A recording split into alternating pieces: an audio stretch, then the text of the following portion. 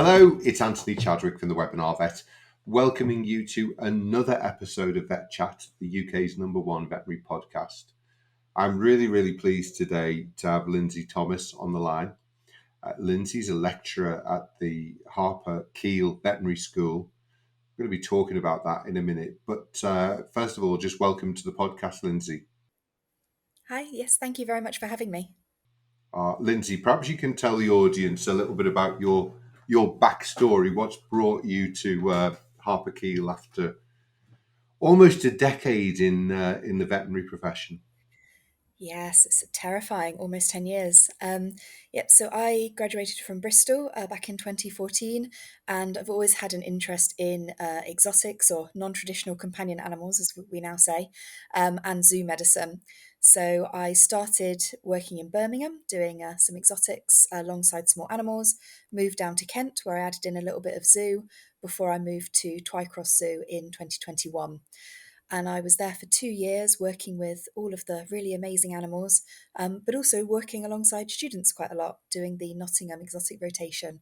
And I really enjoyed that when the opportunity came up to work for Harper and Keele Vet School, which is kind of a brand new way of doing things, and get involved with that. I jumped at the chance.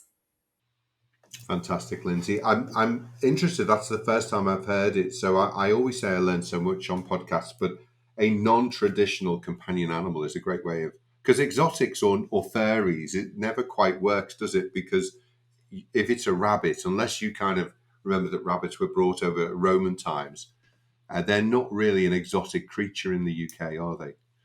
Yeah, exactly. And I think that's why they're trying to change the terminology a little bit, because also you have non-traditional farm animals as well, which are Yeah, managed quite differently, even though technically they used to come under the exotic class. So things like camelids would be classed as yeah, exotics, but a lot of the time they're production animals. yeah, exactly. And you can't really call a lizard a furry, can you? So there's all sorts of problems with all No. the names that we use.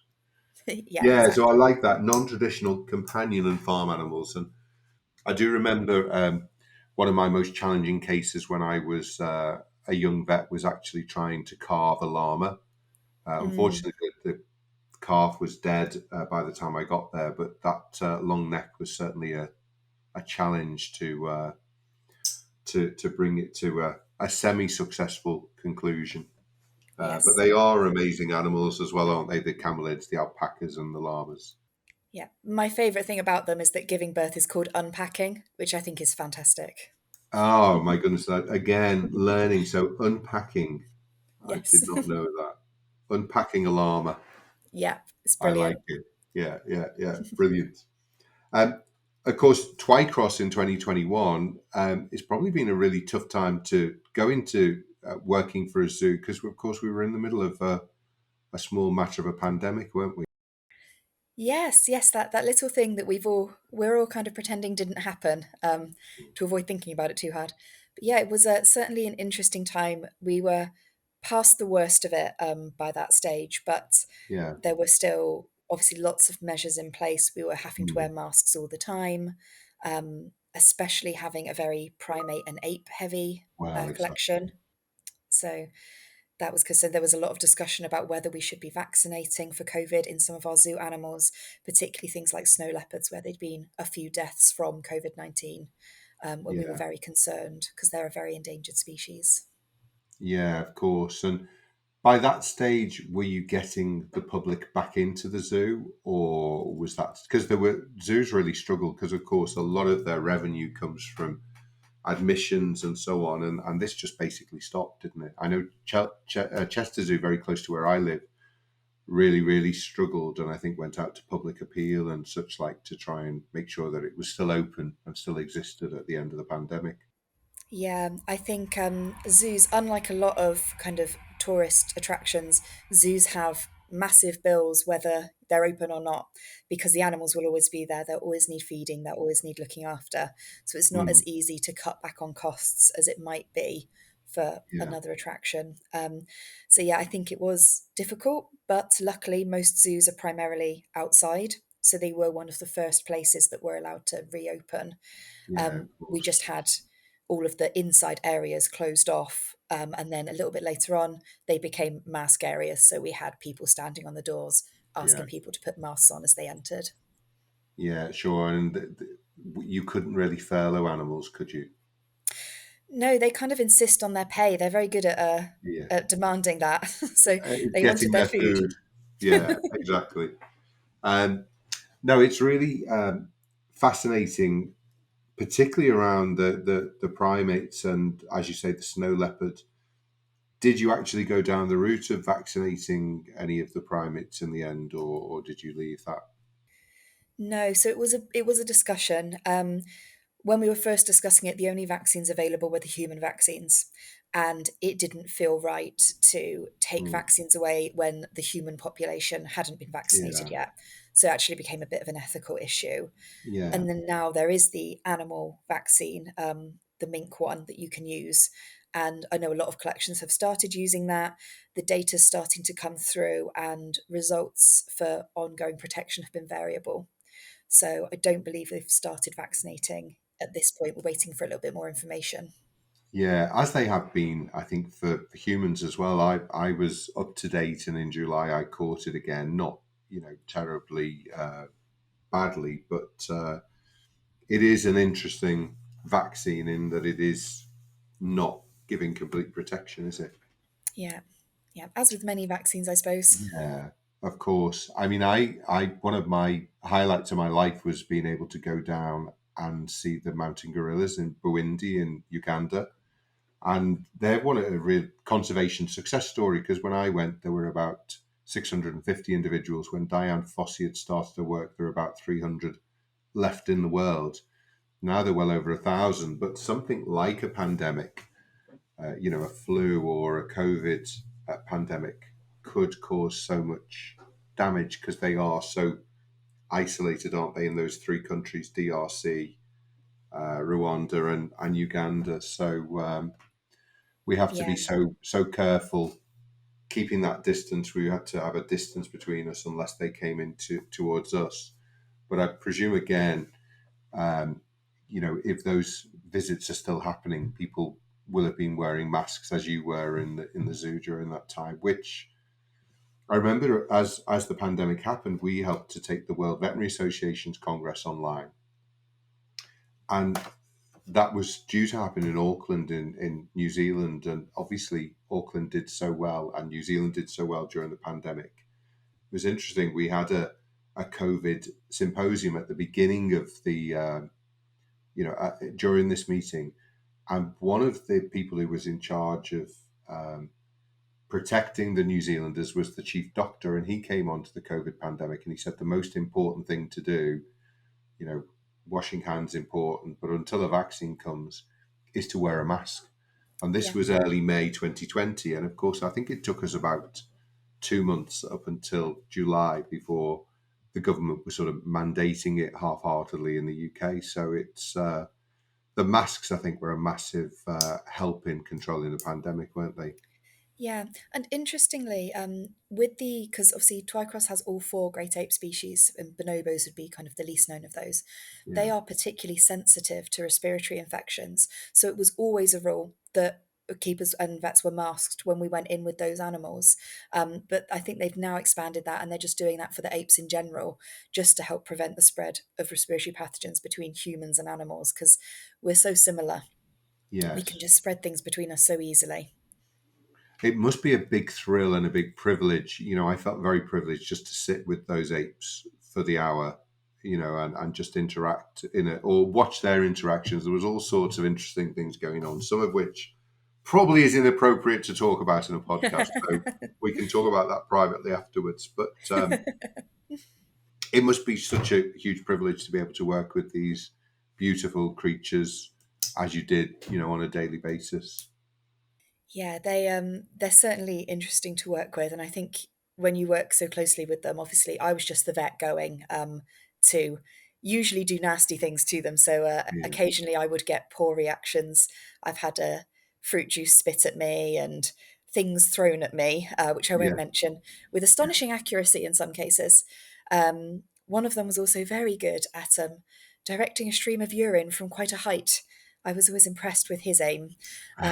So yes, but they're certainly very interesting to watch and just to see Yeah. how kind of human they are in many ways. They are very, very close to us. Did you know the Webinar Vets Virtual Veterinary Congress is back for 2024? Starting on the 5th of February, we have 10 hours of continuing education with speakers such as Sarah Heath, John Chissy and Samantha Taylor, and many, many more. We'd love to see you there. If you'd like to get involved again this year, or if you'd like to join us for the very first time, please click the link in the description below to find out more.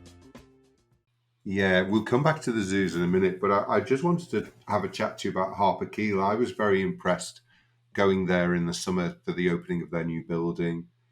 I think it's also won the awards at Keele as a very sustainable university, the way that they work, and was impressed with some of the stuff that I saw there. But what most impressed me, the buildings were impressive, and the general surroundings were impressive. I think there were wind farms and solar panels that were being used to power the buildings and so on. But it came across as a really inclusive university. Matt has done a really great job there in including everyone. So in that opening ceremony, students were giving talks, lecturers were giving talks. Obviously, he gave a talk as well. And it felt like a really friendly place to work. You're obviously fairly new there, but what's your first impressions? Yeah, so I only started in July, so I've only been there for 4 months and only working with the students for just over a month now. But it is really friendly, really lovely. Everyone's very supportive. Mm. Everyone's mucking in to get things done, and yeah, it's just really really nice to work with such a great group of people. Mm. Yeah, I think it's not by accident. Culture happens in every business, and it can either be inflicted on you or it can be created. And it seems that Matt, and the team have created a really friendly and inclusive and supportive environment, which I'd like to applaud him for.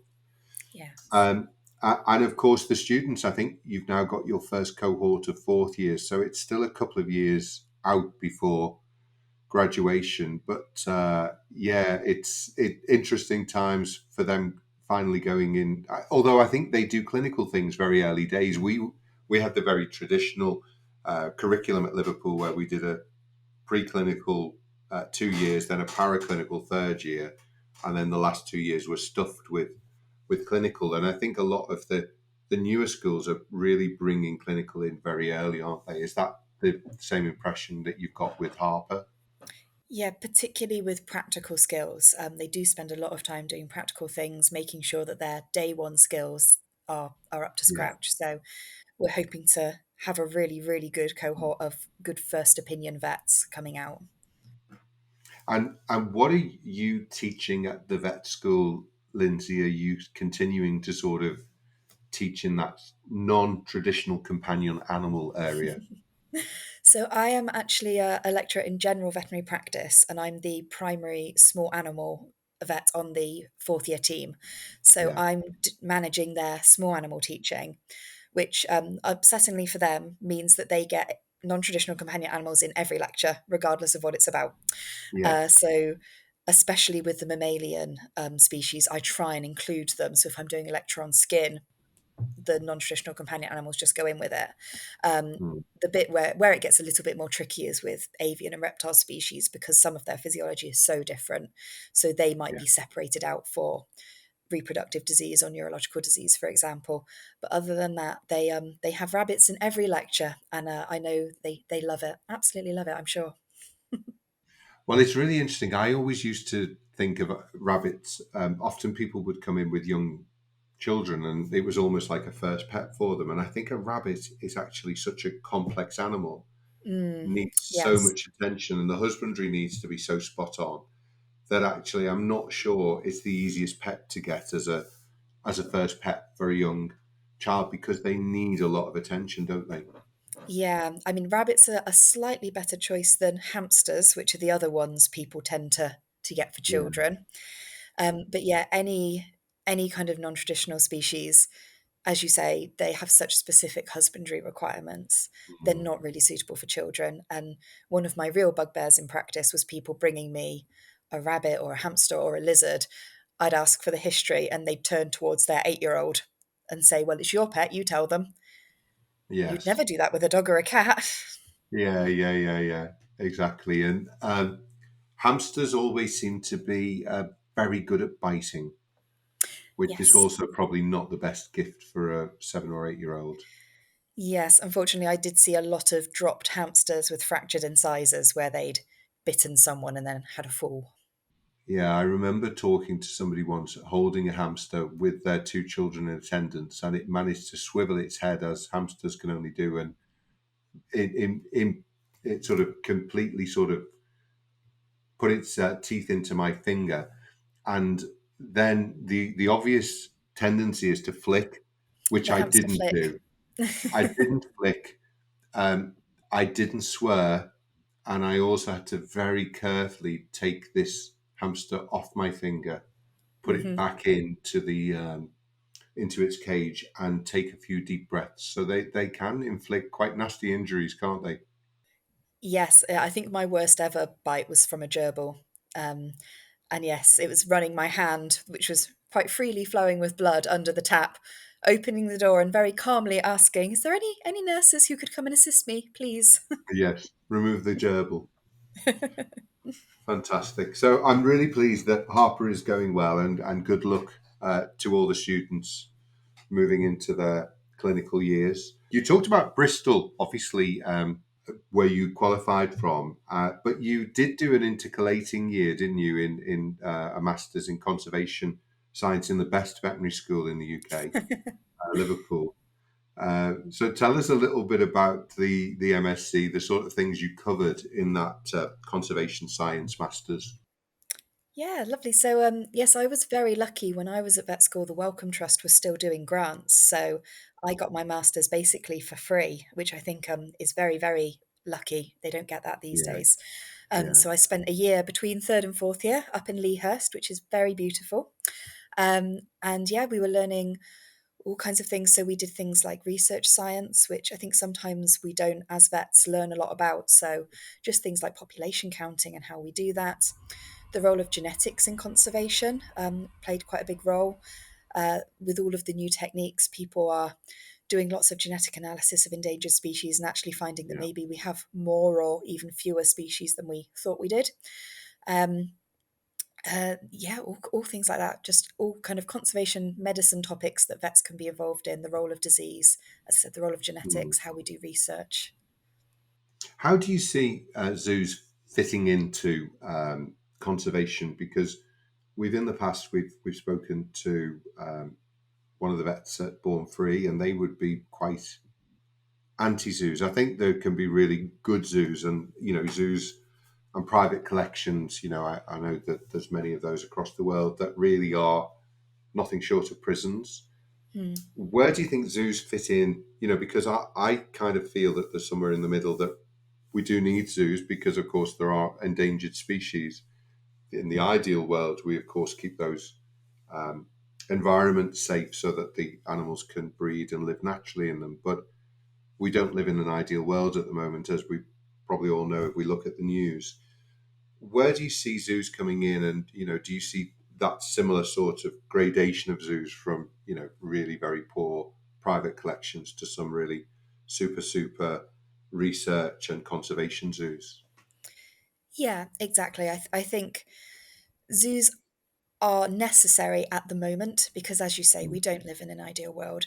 And hopefully, one day, if as a species humans can get our act together, there will be no need for zoos, and we will be mm, able to have animals in the wild where they belong. We won't have messed up the forests, the oceans, the savannah, every other habitat we've managed to infringe upon. And that will be amazing. But I don't think we're there, and I don't think we're going to get there for a long time yet. mm, So, in my mind, the role of zoos is to hold a collection of animals so that we have a refuge population. So that if we do, end up in the worst case scenario where we've made a species extinct in the wild, we have animals and genetics that we can fall back on. But I also think that zoos play other roles. I think these are less obvious. People always think of zoos as they hold the animals, they breed the animals, and eventually the animals go back out. And that's the basic concept.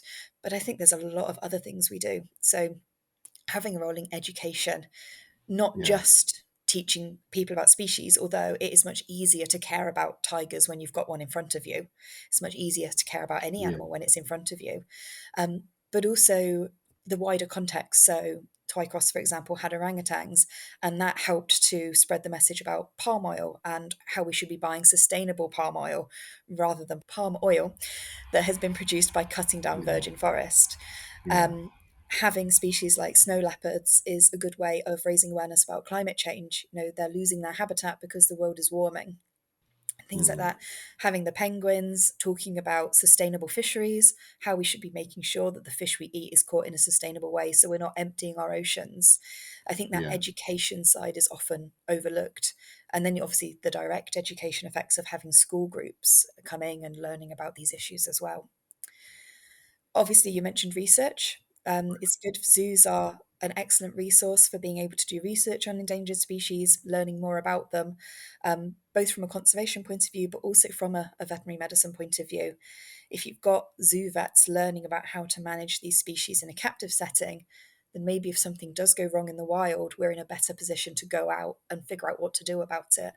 So Mm. unfortunately, I never got the opportunity to do this, but there are a lot of zoo vets who go abroad and teach local vets what we've learned so that they can manage their animals in a better Yeah. way. And that's a way we can give back.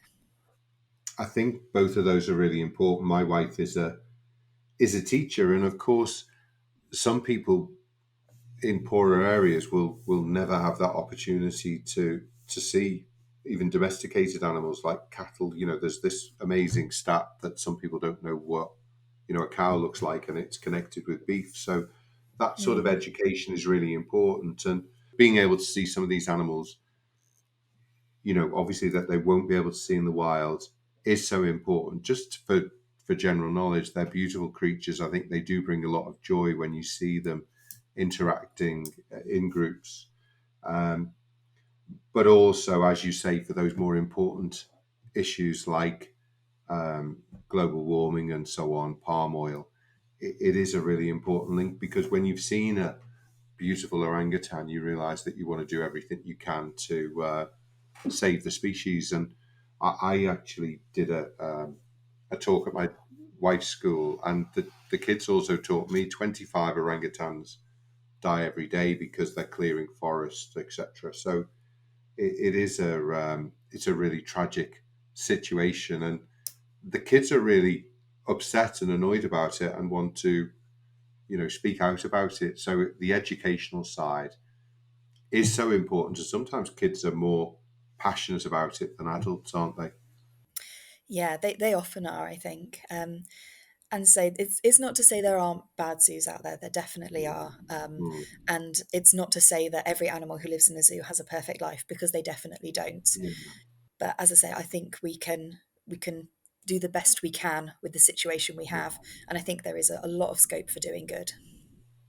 I think you've seen that in the research, and also zoos being educated themselves. I remember always being upset at Chester Zoo seeing the polar bear, because I was a vet student, and it would exhibit stereotypic behaviour, Mm. walking up and down, pacing. And there are certain species that you probably just can't keep in a zoo, can you? You need to have the right enclosure, and you need to do a lot Yeah, to mitigate, you know, for stereotypies, and just make sure their welfare is as good as we can get it. yeah, So large carnivores and large kind of roaming herbivores are much more difficult to keep in a yeah, welfare friendly manner in zoos.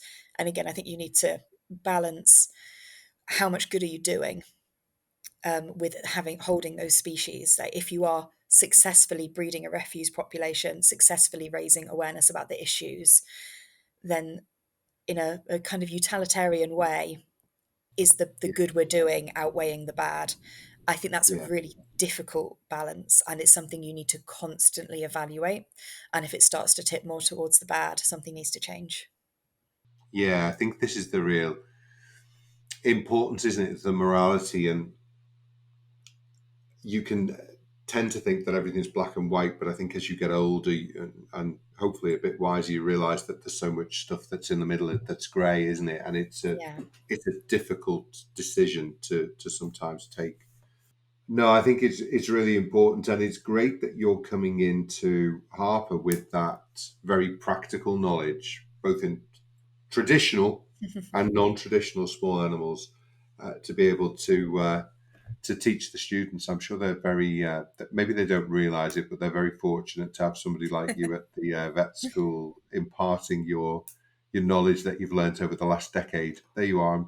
Oh, I'm it's very determined to kind. make you feel slightly old as well, Lindsay. It's a backhanded compliment. Well, it depends. Some days when my back is playing up, I do feel very old, but I've been to Pilates last night, so I'm feeling all right at the minute. This is what I need to take up. I still do a bit of running, and I'm threatening because flexibility and strength is something that you need as you get a bit older. I don't do enough of it. So, yeah, the Pilates sounds very sensible. Yes. I highly recommend it to any vet. If you've done surgery where you're hunched over a table, I highly recommend it. Yeah. Lindsay, it is another piece of very good advice. I always say with webinars and podcasts, if I can learn one thing, then it's been a useful hour or half hour. And of course, if you can take it into clinical practice. So, my top ones from this podcast are definitely non-traditional companion animals, unpacking a llama, and convincing myself that I really should go on a Pilates class. So, Lindsay, thank you so much. It's been absolutely splendid. Thanks for all the great work that you're doing up at Harper Keele, and look forward to seeing you soon. Lovely. Thank you ever so much for having me. It's been great. Thanks, Lindsay. Thanks, everyone, for listening. This has been Anthony Chadwick from the Webinar Vet. This has been VETchat. Hope you enjoy it. Take care.